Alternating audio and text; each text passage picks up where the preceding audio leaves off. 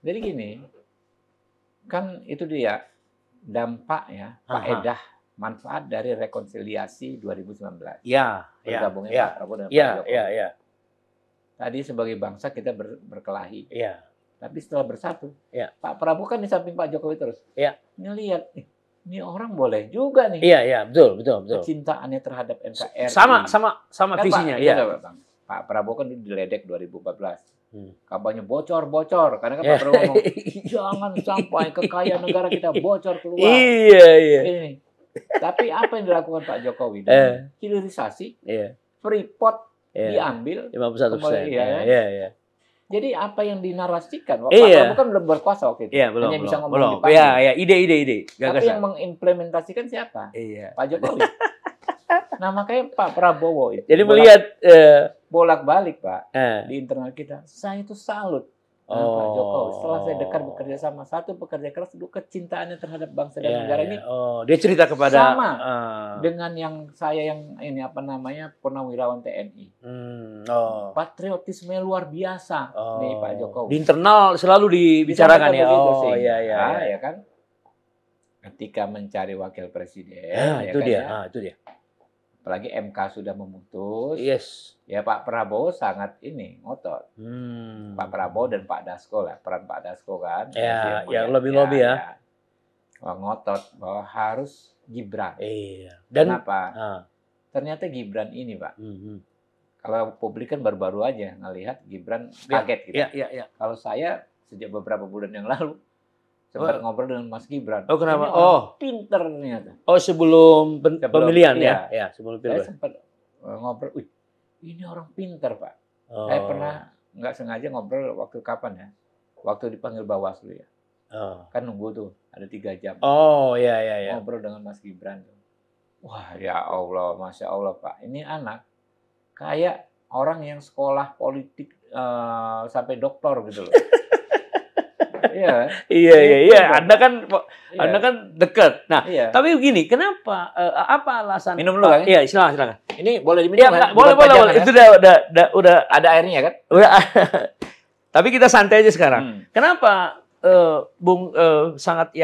Pak Prabowo sangat yakin untuk memilih dia? Karena begini, kemarin Kompas mengeluarkan sebuah research dari senior researcher-nya mengatakan, kan ada orang mengatakan bahwa kemenangan ini adalah karena bansos, ya kan? Terus dia tes, ternyata Pak, kemenangan ini banyak disebabkan karena pemilihan Gibran sebagai wapres. Iya. Itu risetnya Kompas. Gini, Pak. Sewaktu ada putusan MK dipersoalkan. Iya. Kan? Iya. Akhirnya Gibran bisa nyalon kan. Betul. Lalu banyak analisa Pak Prabowo datang ke Pak analis, ya. Datang ke Pak Prabowo, jangan Gibran, Pak. Iya. Pak Hasim ngomong gitu. Iya. Jelek dampaknya. Bisa amblas. De facto begitu Gibran, waktu itu kan elektabilitas Pak Prabowo sedikit di bawah Ganjar. Iya, 30-an lah. Iya. 32 something. Iya, 30-an. 32, 33. Margin of error dengan Ganjar kadang lebih banyak di bawah. Iya. Begitu Gibran ditetapkan sebagai cawapres. Anda tahu melejitnya berapa? Iya. Menjelang ini sampai 45-48. Berarti hari ini 15%. Iya. Kalau tadinya dalam batas margin of error, ini udah 5-6 kali di atas margin of error. Iya. Artinya kan memang sudah tepat pemilihan Gibran, apalagi dengan performa beliau. Iya, tapi poin saya, apa dasar yang paling kuat sehingga Bapak tadi bilang karena kami kan terlebih dahulu sudah mengenal Gibran. Ya. Hanya karena umurnya usia muda atau apa? Bukan. Coba Anda lihat tidak penampilan Gibran perdana itu. Iya. Kalau saya itu sudah seperti mirip-mirip dengan pidatonya Prime Minister Singapura, Lee Kuan Yew atau anaknya sekarang yang setiap anniversary kemerdekaan itu kan. Iya. Dia kan yang pidato di parlemen, membahas banyak hal, ya kan. Gibran kan kemarin ngomong future challenge, apalagi future advantage, segala macam, iya kan? Itu kan kayak begitu kalau di Singapura tuh, ada yang dia bahasa Inggris, ada yang bisa bahasa Melayu tuh, Lee Kuan Yew dulu ngomong kan, tapi diselipin bahasa Inggris. Persis seperti itu, si Gibran ini. Jadi ini anak bukan sembarangan. Betul. Bukan sembarangan. Jadi kami yakin sejak awal. Walaupun si research yang mengatakan tadi kalau Gibran tuh bisa turun ya waktu itu kan? Banyak semua kan bilang bisa turun. Iya. Ya. Tapi keyakinan Pak Prabowo itu ya? Ya dengan Terutama, tim lah. Ya. Terutama kalau tim ini diskusi lah ya. Pak Dasko. Oh iyalah. Kan istilahnya penasihat utamanya Pak Prabowo lah. Ya, ketua harian ya. Iya, ketua harian. Luar biasa itu ya. Ini memang tokoh yang benar-benar ada di balik semua ini. Iyalah. Anda juga kan. Artinya dia bisa melihat. Akhirnya Pak Prabowo yakin. Iya, yakin. Ya udah dilakukan lah. Kalau mau pragmatis ya banyak calon yang lain kan. Oh iya dong, banyak. Iya. Kita aman nggak akan dituduh nggak etis dan lain sebagainya. Iya. Tapi ya begitulah Pak Prabowo ketika melihat bagus dia nggak peduli. Jadi visinya ya. Iya. Dia tahu yang substansi dengan yang bukan substansi dia bisa bedakan. Dia nggak itu jenius tuh, hal-hal yang nggak substansi udah. Yang penting substansi mana? Iya. Itulah cara berpikir Pak Prabowo yang memang sama persis seperti kami aktivis ini, Pak. Iya. Kita kan aktivis. Betul. Iya, Bang. Lihat di lapangan. Waktu kita dulu belajar, jadi mahasiswa, jadi aktivis, kita kan yang diajarin pertama adalah logika berpikir, kritis. Betul. Kita tuh yang bukan soal pengetahuan banyak baca buku, tapi bagaimana membedakan mana yang substansi, mana yang tidak. Iya, betul. Nah, itulah Pak Prabowo. Luar biasa. Karena Pak Prabowo ini kan dari keluarga aktivis juga, Pak. Iya. Ingat kan? Beliau putranya, Prof. Lalu dari kecil itu beliau bergaulnya dengan Sohogi. Iya. Itu aktivis kawakan pada zaman itu ya.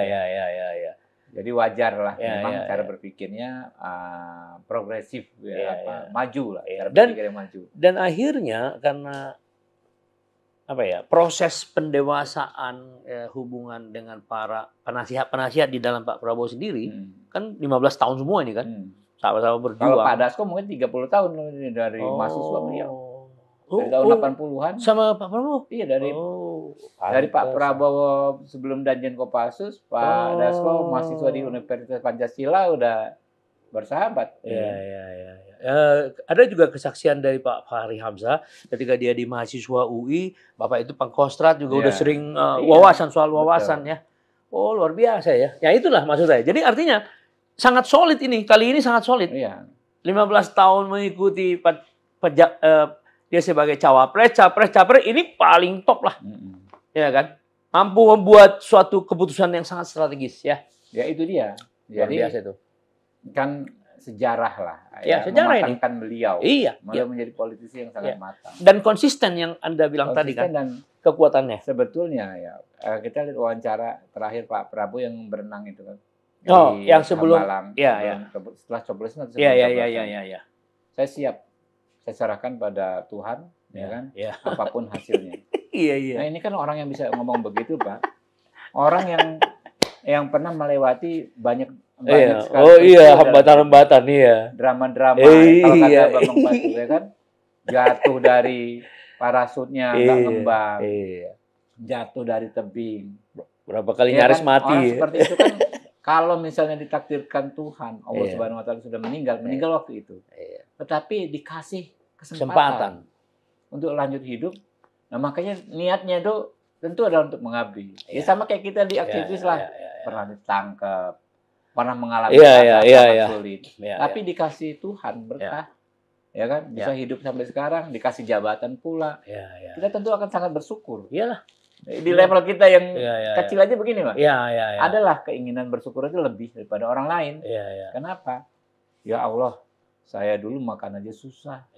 Di penjara segala macam, sekarang kasih kesempatan untuk terus begini, kasih jabatan, ada fasilitas. Ini keinginan kita berbagi dan lain sebagainya kan lebih dari orang biasa. Dari orang yang memang dari lahirnya sudah hidup enak gitu dan selalu hidup enak gitu kan. Ya inilah seorang Prabowo. Kalau Mas Pacul kan ngomong kalau anggota DPR itu Korea semua. Artinya orang yang ada di situ karena proses perkelahian yang panjang. Apalagi di level Pak Prabowo, Pak. Iya kan? Betul. Itu supernya Korea ini. Namanya Korea yang supernya ya Pak Prabowo King of Korea itu. King of Korea, betul. Semua dilewatin, Pak. Parasut nggak ngembang. Dikepung pretilin, ya kan ya. Dituduh pelanggar HAM, ya kan. Macem-macem lah. Dituduh mau kudeta. Itu semua udah beliau lewati. Faktanya beliau survive, ya kan, bersama Partai Gerindra dan keluarganya. Kita dianggap keluarga oleh Pak Prabowo kan. Makanya beliau ya selalu begitu, udah orang yang kata Gus Dur ya ikhlas. Iya, betul. Iya. Jadi definisi ikhlas itu apa coba? Kan berserah pada yang kuasa, Pak. Iya. Terserah nih mau seperti apa. Hasilnya, ya. Pokoknya dia berbuat. Iya. Ya sama lah kalau kayak kita nih Pak, kayak saya nih kan terpilih kembali, alhamdulillah ya kan. Ada raksasa-raksasa di dapil saya nggak terpilih. Pada satu titik ketika kita lelah, udahlah apapun udah gua lakuin, udah turun ke ke lapangan sudah sampai hampir pingsan tiap hari, udah senam-senam, udah macam-macam. Mau hasil gimana? Ya inilah kita serahkan, kita pasrahkan. Gitu. Dan saya yakin dari awal kita bicara tadi, karena Bung Habib mengatakan kekuatannya Pak Prabowo itu kan konsisten. Iya. Dengan segala kekuatan yang lain ya. Lalu Bung kan nempel pada itu kan dari 15 tahun lalu. Jadi sebenarnya itu refleksi dari Pak Prabowo. Iya. Dan tipikalnya kan kalau kita bisa kumpul selama itu. Ya. Karena kita punya kesamaan frekuensi. Kalau nggak sama nggak mungkin. Kalau sama udah mental-mental semua. Betul, pasti udah mental lah. Nggak kuat dia menghadapi itu kan Pak. Kita juga nggak kuat kalau ini kan. Ya. Bayangkan Pak. Ya. Saya saja yang kalau Pak Dasko kan dari 30 tahun yang lalu. Saya kan yang saya ikut itu Pilpres 2009. Iya. Hampir menang kalah. Pilpres 2014. Dia kita menganggap menang kalah 2019 3 kali pemilu. Iya, luar biasa. Sampai kemarin waktu beliau akhirnya dinyatakan menang quick count, kita tuh udah nggak ada ekspresi lagi, Pak. Iya. Saya aja nggak mau nonton TV. Nggak mau nonton TV, Pak. Iya. Saya cuma di kantor saya, di posko pemenangan saya, mendengar staf-staf pada bersorak di atas kan. Menjelang sore makin banyak yang bersorak. Ini kayaknya menang nih, baru kita. Ya udah. Dan setelah ini nggak ada keinginan mau selebrasi keluar apa. Udah ngomong terima kasih ya Allah. Ya kan? Dan pada nangis katanya dengar. Nangis lagi. Kalau nangis masih santai. Ini udah nggak bisa nangis lagi. Nggak bisa nangis lagi. Air mata udah hilang habis ya. Kita dengan istri. Istri kan juga support kita kan ya. Nggak bisa berekspresi lagi deh. Iya. Hari kedua, hari ketiga setelah itu kita baru ngobrol. Menang ya. Padahal Pak. Ya kan ya. 15 tahun kemarin. Iya.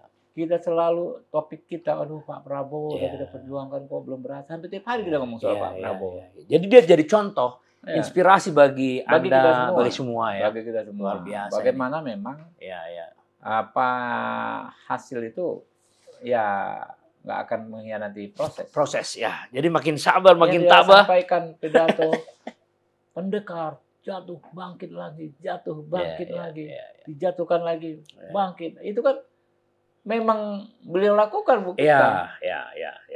Tulus. Jadi militansinya itu tanpa batas gitu. Iya. Tulus berbakti. Kalau baterainya itu nggak turun-turun, nggak 16% baterainya. Iya.